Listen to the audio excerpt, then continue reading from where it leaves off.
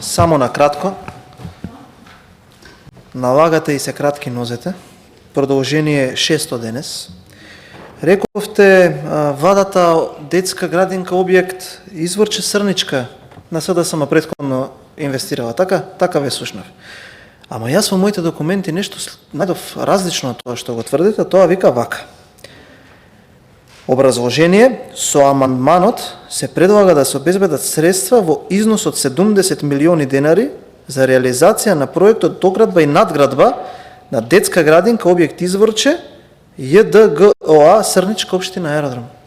Потпишан Синиша Стојановски и Бојан Стојановски. Прифатен амандманот на 13 август, премиер Христијан Мицковски почнува со изградба на објектот камен темелник. Каква е ова влада на СДСМ? Извинете. Јас колку што знам, тука и докторот Синиша, јас бев и сум и ќе бидам член на ВМРО ДПМН. А еве уште нешто најдов тука. Ајде продолжение 8 на лагате и се кратки нозете. Нов амандман, замислете. Се предлага да се обезбедат средства во износ од 100 милиони денари за реализација на проектот доградба и наградба на Основно училиште Блаже Коневски, општина Аеродром. Потпишани Стојановски Синиша и Бојан Стојановски. 13 септември, 18 септември се извинувам, премиерот Христијан Мицковски на камен темелник за почеток на градба. Каква е оваа влада на СДСМ? Па еве вие сте втор мандат пратеник, па нели и вие малку незгодно да излезете тука да лажете, а јас од Ѓорче да поднесувам амандмани за тука да се изградат градинка и училиште. Сега како тоа одеднаш ќе се повлекуваме или од ова? Кога бе луѓе вие ќе разберете дека заради вакви работи имате 150.000 гласа и 15 пратеника? Абе еднаш дајте застанете на нозе, почнете сериозно да водите политика. Кој што ќе бил, како ќе бил? Па еве тука од оваа говорница ви кажувам, можете да цитирате како Филипче што ме цитираше вака збореше еден пратеник, еве цитирајте ме за 11 месеци од сега. Ни 6 општини нема да имате, ако продолжите вака. Ке имаме уште поубедлива победа отколку парламентарните избори. Ке имаме уште поголемо учество во Советот на општина Аеродром.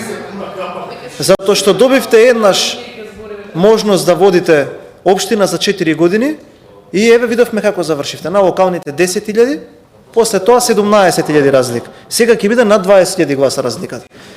Не е проблемот да го наоѓате виновникот од оваа страна. Вие треба да се запрашате што правам погрешно. А ова што еве еклатантно вие го направивте, тоа е погрешното што го правите.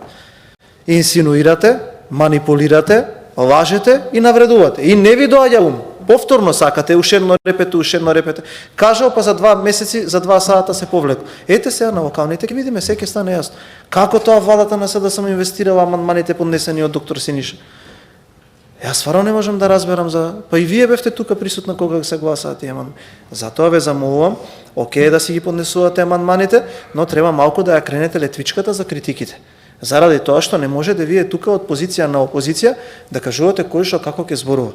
Затоа ние што ги кажуваме нашите стави од говорницата, ги подпираме на изборните резултати. Изборните резултати си кажуваат. Еве повторно и на вас ќе ви кажам како што ви каже и колешката Дафина. Ако сте сигурна толку во себе дека толку имате направено во општина Аеродром, кандидирајте се на локални избори, износете го теретот на грб, па ќе видиме како ќе заврши. И на крајот еве ви уште едно нешто што е како моје размислување. Сакате прифатете да го, сакате не.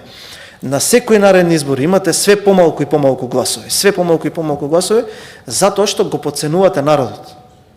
Зошто го подценувате народот? Вие изрегувате. Јас си кажав и на Тренчевски, ви ќе ви кажам и на вас. Најдобар начин да добиеш дебата со некој од СДСМ е да излезеш и 60 минути да го оставиш да збори. Во таа дебата сам ќе си почне да си зборува и сам ќе се победи себе си.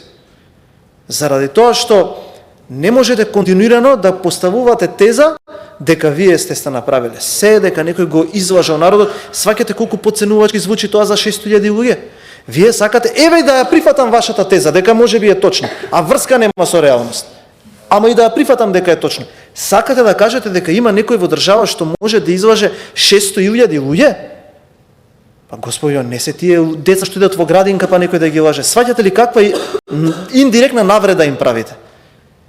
Сваќате ли каква навреда е за тие 600.000 луѓе? Дека не разбираат, дека се извинете на израз глупави, па дека некој може да ги излаже. Како можете така да зборувате? Излезете, кажете, да, направивме грешка, тука сгрешивме, ќе се поправиме, ќе ги смениме политиките. Ама вие и по 150.000 гласа, и по 15 пратеника, вие излегувате тука и велите, не, вие ги излажавте граѓаните, престанете да го вреѓате веќе овој народ. Престанете веќе, нема да ви се дозволи да го вреѓате овој народ. Кој сте вие да го навредувате овој народ дека некој него го излажал така? Па тоа се 600.000 возрастни граѓани, полнолетни граѓани, како може некој така толку лесно ли се лаже? Дајте малку, ајде со тоа сменете ги политиките, престанете со таа ароганција.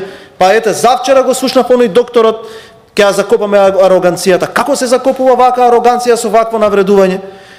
Има и втора теза. Ако овој народ не можел да ги види сите тие добри работи кои што вие сте ги направиле, тогаш значи народот повторно би можело да биде излажан од некого кој што ги излажал 600.000 граѓани. Тоа ве кошта избори. Не ви се проблеми луѓето. Не е сега овие си свлекани, сега ќе носам нови, од Сорос, Фани Карамфиловска, ќе ја насудам да биде заменик председател и ќе бидат решени проблемите. Ароганцијата ви прави проблеми, ама само продолжете. Само продолжете.